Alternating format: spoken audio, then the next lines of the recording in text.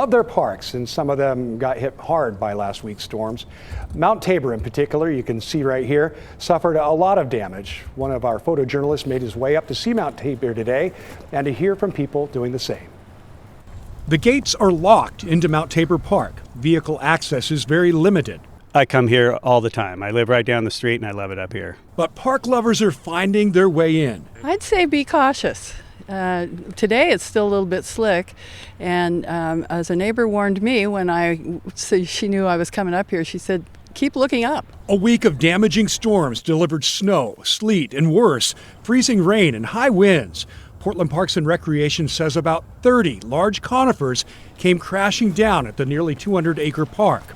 One fell onto a much-loved picnic shelter, destroying a space that people had enjoyed for decades. There's a lot of trees down up there, and the picnic structure is crushed, and I took some video, and it's pretty dramatic, actually.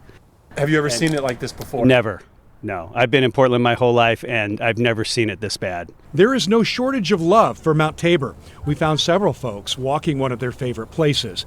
There's some sadness, but more awe. I think it just speaks to how much reverence we hold for nature and the power of nature. It's really cool to see just the raw power of nature and, smell the trees as they come down. They're super fragrant. Still, there is a lot to take in here. I just couldn't believe it. Even though I'd had a lot of reports from neighbors, the scale of the destruction is just startling. Parks workers have not been able to fully assess conditions at the summit of Mount Tabor. It will likely be several days before any cleanup begins. In the meantime, advocates of the park are offering help when it's needed for a place that still has a lot going for it.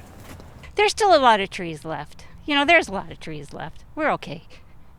We're okay, but it bears repeating, if you do go out to Mount Tabor, anywhere that's wooded like that, do look up. Watch out for any branches that may be hanging up there and be safe. Now, the community group Friends of Mount Tabor is holding a meeting for its members tonight to talk about the park and how they can help get it back in shape.